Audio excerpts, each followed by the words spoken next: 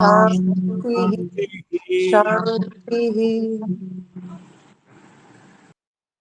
ओम।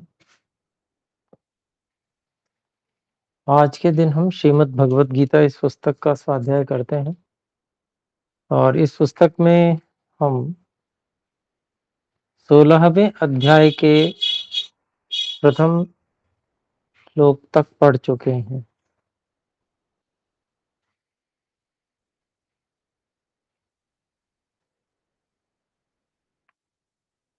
जिसमें कि कुछ ऐसे आध्यात्मिक गुणों का वर्णन किया गया है कि जो किसी एक आध्यात्म पथ के पथिक के लिए में होने बहुत आवश्यक है। तो आइए और भी दूसरे श्लोक को हम देखते हैं।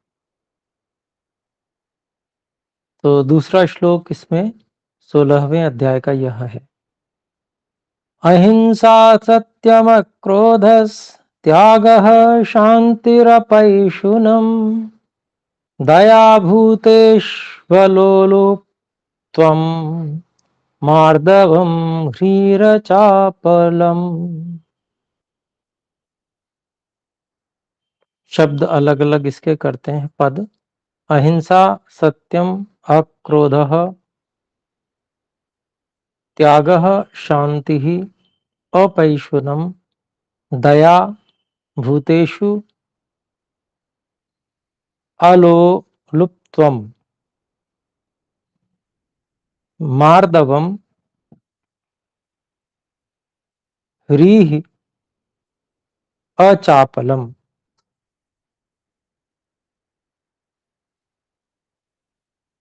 तो ये 11 गुण और यहाँ पर गिनाए गए हैं।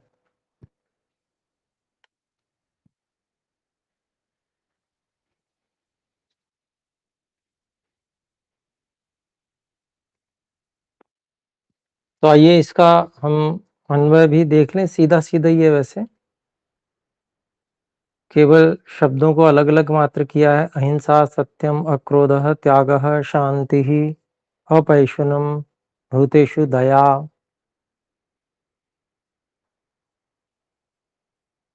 अलोलुप्त्वम् मार्दवम् ह्रीः अचापलम्। तो भूतेषु को बस दया के साथ जोड़ा है, बस इतना ही मात्र यहाँ पर परिवर्तन है। तो ये क्या क्या गुण है, ये भी बहुत सुंदर ऐसे गुण हैं जो एक आध्यात्मिक व्यक्ति में बहुत होने आवश्यक है। तो श्री कृष्ण जी बता रहे हैं अहिंसा होनी चाहिए।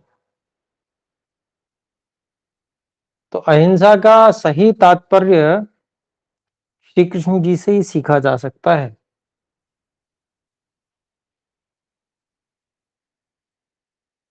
न्याय ही अहिंसा का दूसरा नाम है। किसी को दुख पहुंचाना हिंसा नहीं है, किसी को दुख न पहुंचाना भी अहिंसा नहीं है। परंतु इसमें एक शब्द जोड़ देने से अहिंसा की ठीक ठीक परिभाषा सिद्ध हो जाती है। किसी को अन्यायपूर्वक दुख पहुंचाना हिंसा है।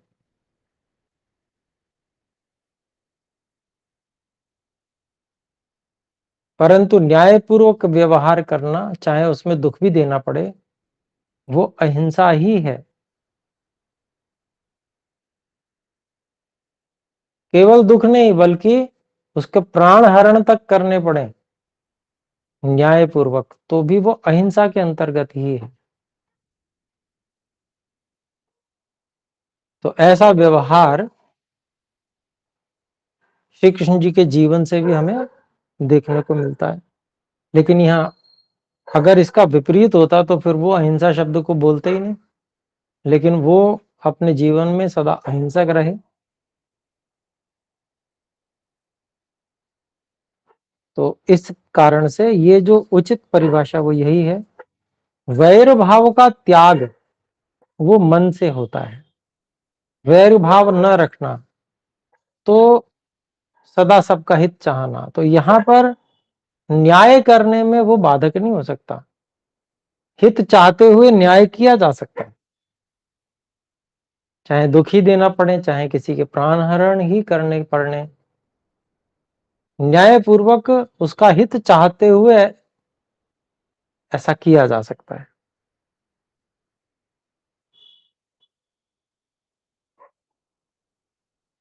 तो पहला अहिंसा को गिनाया श्री कृष्ण जी ने, दूसरा सत्य को गिनाया। सत्य भी बहुत बड़ा गुण है, और सत्य को केवल बहुत सीमित कर दिया है लोगों ने, परंतु वास्तव में सत्य बड़ा विस्तृत है। मन से हम जो कुछ भी मानते हैं, अगर वो गलत मानते हैं, वो भी असत्य की श्रेणी में चला जाता है। हमने उसकी परीक्षा नहीं की है तो भी वो असत्य की श्रेणी में है। परीक्षा नहीं की है और वो गलत सिद्ध हो जाता है तो वो असत्य की श्रेणी में है, भले ही हमने मान्यता बना रखी हो। तो सत्य को धारण करना ये जो है विशेष परिश्रम साध्य कार्य है। इसके लिए बहुत व्यक्ति को बल भी लगाना पड़ेगा और बड़ा परिश्रम करना पड़ेगा सत्य का पालन करने के लिए। अर्थात कोई व्यक्ति कोई भी मान्यता बिना प्रमाणों से परीक्षण किए नहीं बना सकता, और जो बनाता है वो असत्य का पालन कर रहा है, वो सत्य का पालन नहीं कर रहा। फिर आगे कहा अक्रोध, क्रोध न करना, क्योंकि क्रोध में बुद्धि नष्ट हो जाती है। क्रोधात भवति सम्मोह, सम्मोहात स्मृति विभ्रम, ये सब यहां पर हम पहले देख चुके हैं। तो यह अक्रोध, ये गुण भी एक आध्यात्मिक व्यक्ति में अवश्य होना चाहिए। क्रोध नहीं करना है, जो भी करना है प्रसन्नता से करना है, सबका हित चाहते हुए करना है, न्यायपूर्वक करना है। उसमें क्रोध का कोई अंश नहीं होता, और क्रोध वास्तव में उसको आता है जो असमर्थ होता है। सामर्थ्य कम होने के कारण से भी क्रोध आता है। व्यक्ति अपनी गलत मान्यता भी बनाता है तब भी क्रोध आता है। एक व्यक्ति यदि मान्यता बना लेता है कि बिना क्रोध के तो मेरा काम ही नहीं चलेगा, चलता ही नहीं है कार्य इस संसार में, सबको क्रोध करना ही पड़ता है, ऐसा व्यक्ति कभी भी क्रोध रहित नहीं रह सकता। लेकिन श्री कृष्ण जी का जीवन देखेंगे तो सर्वत्र उनको हम युद्ध काल में भी प्रसन्न ही पाएंगे।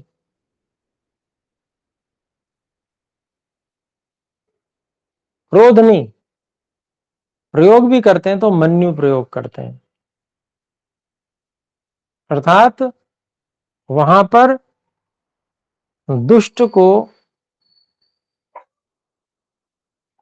सावधान चेतावनी देने के लिए कि तू उस गलत कार्य से बच जा, अन्यथा तेरे को दंड देने के लिए क्षत्रिय यहां पर उपलब्ध है। तो यह जो बात है ये अक्रोध के अंतर्गत ही आती है, मन्नु का प्रयोग है, उसको किसी को चेतावनी देना। तो फिर उसके बाद में बात आती है त्याग की, त्याग अर्थात त्याग का अभिप्राय है कि अलोलुपता, मतलब किसी भी चीज में लोलुप ना होना। लोलुप होंगे तो त्याग नहीं माना जाएगा, हाय मुझे ये मिल जाए, हाय मुझे वो मिल जाए। त्याग पूर्वक यदि हम संसार का उपयोग करते हैं तो उसमें फिर लोलुपता नहीं होती है, वहां पर जिसकी जहां आवश्यकता जिसको है वो वस्तु उसके लिए त्याग कर दी जाती है। फिर उसके बाद में है शांति ही, शांति अर्थात मन को शांत रखना, शांत रहना। उद्विग्न नहीं होना। और उद्विग्नता, अशांति किसको होती है? जो अपनी सामर्थ्य से अधिक की योजना बनाता है वही अशांत होता है। जिसको अपनी सामर्थ्य का आकलन नहीं है, सही सही आकलन नहीं करता है, वह व्यक्ति अशांत हो जाता है। क्योंकि योजना तो बना लेता है वो ज्यादा की और कर पाता नहीं है, तो अशांत हो जाता है। और भी कारण होंगे लेकिन ये मुख्य कारण है। फिर उसके बाद में बताया अपैशनम। तो ये आध्यात्मिक गुण है। जो व्यक्ति समाधि लगाना चाहता है उसको शांत रहना होगा। ऐसी अपैशनम, अपैशनम मतलब, पैशनम चुगली को कहते हैं, तो चुगली न करना। बहुत लोगों को ऐसी आदत होती है, बहुत बोलते हैं, जिसको कहते हैं ना कि बिल्कुल लगातार बोलते ही रहना। जो मन में आया उगल दिया, जो मन में आया उगल दिया। सोच समझ नहीं पाते हैं, रोक नहीं पाते, तो ऐसे लोग चुगली भी कर जाते हैं।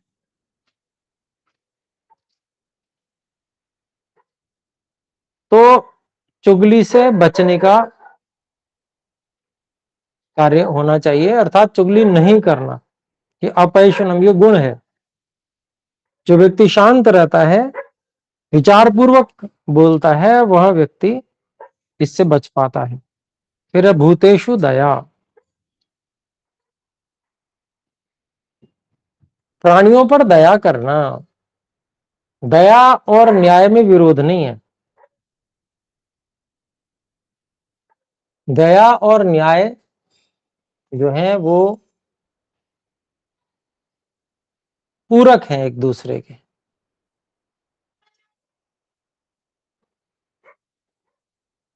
अगर न्याय छोड़ देंगे तो दया भी छूट जाएगी, दया छोड़ देंगे तो न्याय भी छूट जाएगा। कुछ लोग जो है न्याय के विपरीत दया को समझते हैं, वो गलत है। वो वास्तव में दया नहीं है। न्याय के विपरीत जो कुछ भी है वो दया नहीं है वास्तव में। कुछ और हो सकता है, दया से विपरीत हो सकता है, परंतु वो जो न्याय से विपरीत है वो दया नहीं है।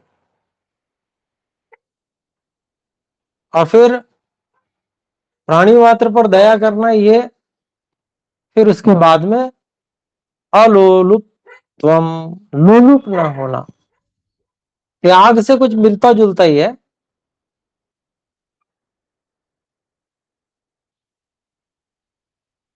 जो अलोलुप होगा वही त्याग कर सकता है, जो लोलुप होगा वो त्याग ही नहीं कर पाएगा। तो इसलिए ये भी एक दूसरे के पूरक है। जैसे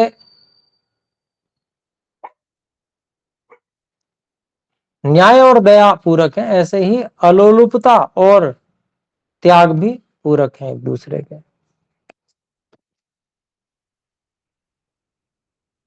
फिर उसके बाद में कहते हैं मार्दवम, मृदुता। अर्थात वाणी में मधुरता होनी चाहिए। न्याय भी कर रहे हैं, किसी को दंड भी दे रहे हैं, पर बोल मधुरता से रहे। अपनी वाणी की मधुरता को नहीं खोया। तो जब व्यक्ति मृदुता को नहीं छोड़ता है तो उसका मन शांत रह पाता है। जब वह मृदुता को छोड़ता है तो मन अशांत हो जाता है। शांति नहीं रह पाएगी मृदुता के बिना। ये बहुत ऊंचे योगाभ्यासियों का कार्य है कि वे मन्यु का प्रयोग भी कर लें और उसके बाद भी अंदर से शांत रहें, अशांत ना हो। नाप तोल बिल्कुल सही सही, कितना कहां कब मन्यु प्रयोग करना है। तो ये योगियों का कार्य है। सामान्य व्यक्ति को तो मृदुता से ही कार्य करना पड़ेगा, तभी वो शांत रह सकता है, अन्यथा वो अशांत हो जाएगा। और फिर कहते हैं ह्रीह, लज्जाशीलता। कोई भी बुरा कार्य करने के लिए मन में इच्छा आती है तो लज्जा आ जानी चाहिए। और लज्जा जो है वो व्यक्ति को बुरे कार्यों से बचा लेती है, किसी भी गलत कार्य से बचा लेती है। तो व्यक्ति हमेशा धर्म के पथ पर आगे बढ़ेगा। और अचापलम, चंचल ना होना। जिसमें अधिक चंचलता होगी, अस्थिर होगा, वो योगाभ्यासी नहीं बन सकता।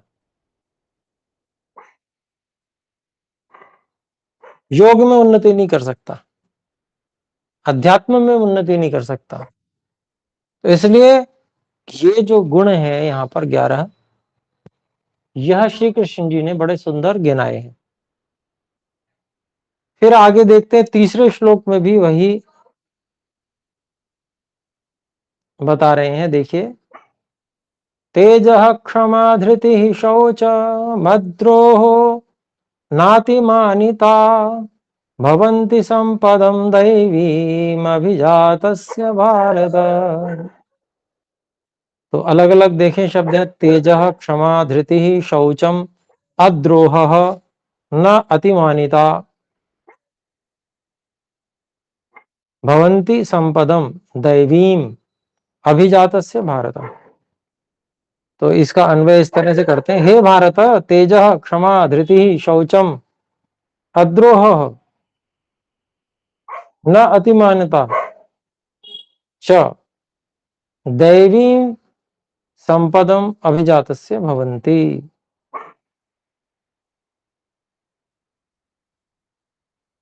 तो ये कुछ दैवी संपदाओं का विषय यहां लिया है, जो ऐसी आध्यात्मिक संपत्तियां हैं, दिव्य संपत्तियां, आध्यात्मिक दिव्य संपत्तियां जो योगी के पास होती हैं। तेज अर्थात आंखों में तेज होना, वाणी में तेज होना,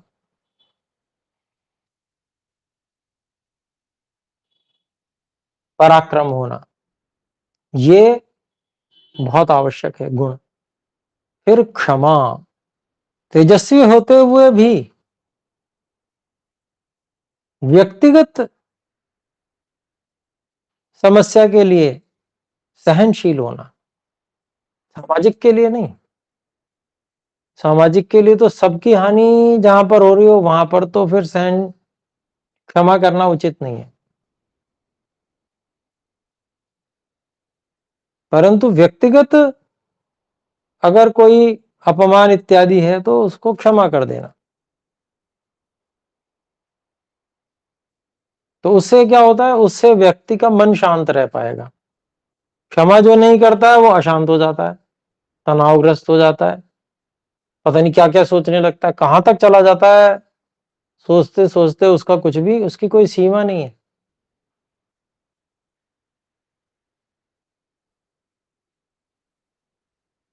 तो क्षमा बहुत जरूरी है।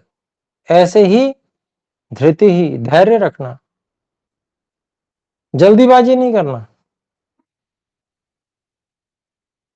जो कार्य जितने समय में पूर्ण होने योग्य है, अथवा जिसको कार्य दिया गया है, उसकी सामर्थ्य जितनी है उसके अनुसार ही उससे अपेक्षा रखना। और जो बीच में अनेक कारक हैं जिनके कारण से कहीं विलंब हो सकता है, उनका भी परिगणन करके रखना। तभी व्यक्ति धैर्य रख सकता है, नहीं तो अधीर हो ही जाता है। जब व्यक्ति विश्वास रखता है एक दूसरे पर, तब धैर्य रख पाता है। कोई व्यक्ति समय से आता है परंतु किसी कारण से किसी दिन विलंब हो गया, तो क्या सोचना। अब एक व्यक्ति सोचेगा जो अधीर है वो बुरा भला सोच लेगा, परंतु जो धैर्यवान है वो सोचेगा कोई कारण होगा। सामान्य रूप से तो वो समय से ही आता था, आज कोई विशेष बात हो गई जिसके कारण से ऐसा हो गया, कितने ही कारण है। तो धैर्य रखना, बिना अधीर होकर ऐसे ही कुछ भी मान्यता बना लेना, ये गलत है। अथवा कुछ भी कहने सुनने लगना, ये गलत है।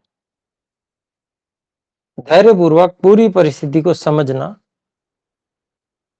और फिर निर्णय लेना, ये धैर्य बहुत आवश्यक है। यह आध्यात्मिक संपत्ति है। दैवीम संपदम, दैवी संपदा इसको कहा गया है।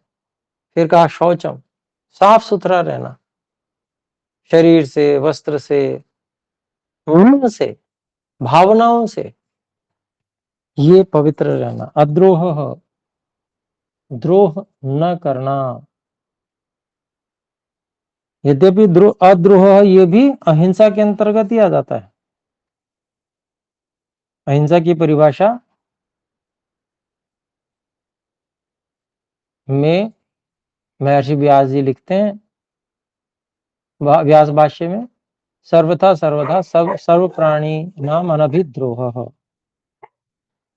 पूरी तरह से हमेशा हर प्राणी से द्रोह रहित हो जाना, वैर भाव रहित हो जाना,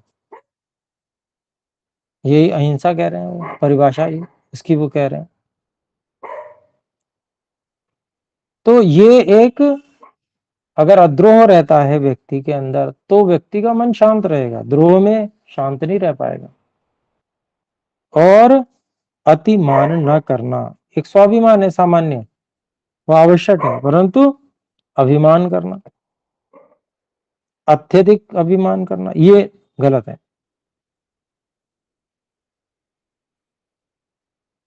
अतिमानिता। तो ये जो है दैवीम संपदम, ये जो दैवी संपत्तियां, आध्यात्मिक दैवी संपत्तियां ऐसी मनुष्य के अंदर होती हैं जो आध्यात्मिक व्यक्ति होता है, जो आध्यात्मिक संस्कारों से युक्त होता है। तो ऐसी उसके अंदर विशेषताएं होती हैं। यहाँ पर श्री कृष्ण जी ने ये बात स्पष्ट की है, बताई। तो गुण क्योंकि विशेष हैं, समय भी उसमें बताने में लगा, तो अभी इतना ही अपने कर पाए, तो कोई बात नहीं, अगली कक्षा में जो दोष हैं उनके विषय में भी बात करेंगे चौथे श्लोक में। तो तीसरे श्लोक तक अभी आज हमारा संपूर्ण हुआ। आइए एक बार ओम का उच्चारण करके विराम करते हैं। ओम।